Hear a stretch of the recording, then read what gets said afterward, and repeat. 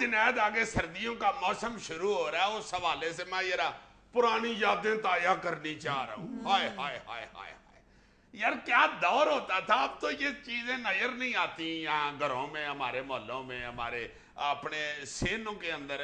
مجھے یاد ہے سردیاں آنے والی ہوتی تھی تو جس گھر کے اندر بھی گھستے تھے نا سین میں، وہاں پہ بیبیاں، بہناں، مائیں، بیٹیاں رجائیاں نگاند رہی ہوتی تھی. سردیوں کی تیاری نظر آتی تھی باقاعدہ. یاد ہے نا تمہیں ایک رضائی پوری انہوں نے کھلاری ہوتی تھی سین کے اندر، اور ارد گرد ساری عورتیں بیٹھی ہوتی تھی، ساتھ ساتھ باتیں کر رہی ہوتی تھی، ساتھ ساتھ وہ جسے کھندوئی کہتے ہیں، لمبی سوئی، اس کے ساتھ وہ رضائی نگاند رہی ہوتی تھی، ساتھ باتیں کر رہی اور ہوتی تھی. رضائیوں کی باقاعدہ اوور ہالنگ ہوا کرتی تھی، اس کی روئی نکال کر اس کی پنجائی کے لیے بھیجا جاتا تھا. ہاں اسے فریش کیا جاتا تھا. پہلے دھو لیتی تھی نا خواتین، ٹپ میں ڈال کے وہ دھو لیتی تھی سارا اپنا روئی کو.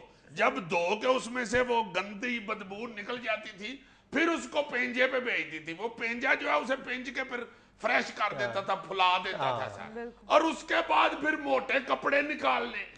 ساری عورتیں خواتین جو ٹرنکوں میں سردیوں کے کپڑے بند کر دیتے تھے، اور اس میں خاص طور پہ وہ فرنیل کی گولیاں رکھتی تھی، اور نیم کے پتے. نیم کے پتے. اللہ تمہاری خیر کرے. جو فرنیل کی گولیاں نہیں خریدنے جو ہوتے تھے یا نہیں ان کو پسند تھی، وہ نیم کے پتے نیم سے اتار کے نا درخت سے وہ اس میں سکھا کے پھینک دیتے تھے کہ کیڑا نہیں لگے گا. کوڑی ہوتی ہے نیم بہت. اچھا، سردیوں کی آمد پر جب سردیوں کے کپڑے نکالے جاتے تھے تو ان کی ایک خاص خوشبو ہوا کرتی تھی، وہ آج بھی میرے دماغ میں محفوظ ہے. ہائے ہائے ہائے ہائے. اور اس میں نیم کے پتے خشک ہوئے پڑے ہوتے تھے.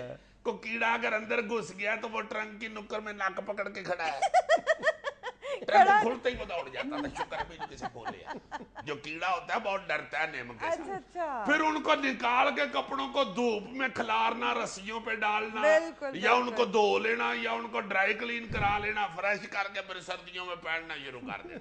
اور دوسرا ایک اور جو اپنا مصروفیت ہوتی تھی خواتین کی، وہ سویٹر بننے کی. وہ تو اکثر ہم یہ کرتے رہتے ہیں، سلائیاں پکڑ کے ان کے گولے پکڑ کے ساتھ ساتھ باتیں شروع ہو جاتی تھی، ساتھ وہ ان کی سلائی شروع ہو جاتی. لیکن یہ کام سردیوں سے خاصا پہلے شروع ہو جاتا تھا. اچھا اچھی مطلب تمہاری سردیوں کی یادیں ہیں کہ تم نے ابھی تک جو ہے وہ چلغوزے اور مونگ پھلی کا ذکر ہی نہیں کیا. چلغوزہ مہنگا ہی اتنا ہو گیا کہ میں تو نام لیتے ہوئے بھی ڈرتا ہوں. میں کہتا ہوں کہیں میں چلغوزہ کہوں تو پاس سے کو بندہ نہ کہہ دے کٹ 150 روپیہ.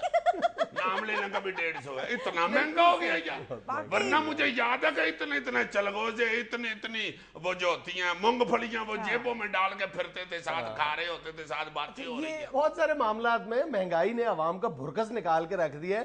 لیکن یہ جو مونگ پھلی کا مہنگا ہونا ہے نا، اس نے باقاعدہ ایک کلچر کا خاتمہ کر دیا. مزدور میں بالکل جس کے پاس کھانے کے پیسے بھی نہیں ہوتے تھے، وہ 1 یا 2 روپے کی مونگ پھلی لے کے 2-3 دوست جو تھے وہ کھاتے ہوئے چلتے جایا کرتے تھے، بڑے مزے سے گپے مارتے تھے اور مونگ پھلی کا مزہ لیا کرتے تھے. اب وہ چیز بھی غائب ہو گئی ہے. تم صرف مونگ پھلی کی بات کرتی ہو. خواتین گھروں میں باقاعدہ پنجیریاں بناتی تھی.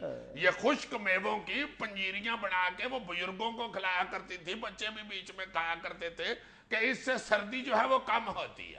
میں تو حیران ہوتا ہوں، اب اس طرح کی کوئی چیز بندہ سوچ بھی نہیں سکتا جتنی مہنگائی ہو گئی ہے. پھر گاجروں کا حلوہ بنانا، یہ پستے کا حلوہ بنانا، یہ پیٹھے کا حلوہ بنا کے رکھ لینا، بچوں کو کھلاتے رہنا، اور بچے بڑا خوش ہوتے تھے. صرف یہ ساری چیزیں سردیوں میں نظر آتی. اور یہ صرف سردیوں تک بات محدود نہیں، ہر موسم کو اسی طرح سیلیبریٹ کرتے تھے. اب ہم موسم بھی سیلیبریٹ. ہاں، جب گرمی آتی تھی تو پھر گرمیوں کی ساری چیزیں باہر نکل آتی تھی. مگر سردیاں اللہ لو کے بڑا پیارا موسم ہوتا تھا. یہ سارے بیٹھ کے پھر رات کو اکٹھے باتیں بھی کیا کرتے تھے. ہمسائے بھی آ جاتے تھے، یا محلے کے لڑکے اکٹھے ہو کے ماچے جلا لینا، تو لکڑیاں کٹھی کر کے اسے جلا کے ارد گرد بیٹھے ہوئے. اچھا، سردیوں میں گھروں میں بیٹھ کے گلی سے ایک آواز سننے کو ملا کرتی تھی، وہ کیا تھی؟ گرمانڈے. ہائے ہائے ہائے ہائے.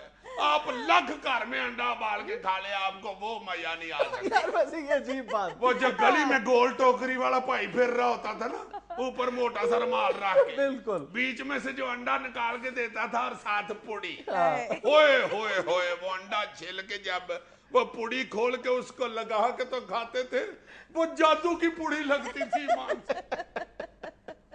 ناظرین یہاں مجھے لینا ایک چھوٹا سا وقفہ. وقفے کے بعد عزیزی سے یہ خریدنے کی کوشش کریں گے کہ وزیر اعظم کے حالیہ دورہ کراچی کے دوران سڑک پر کھڑے سیکیورٹی کے لوگوں میں مشکوک لوگ کون تھے اور کیا کر رہے تھے.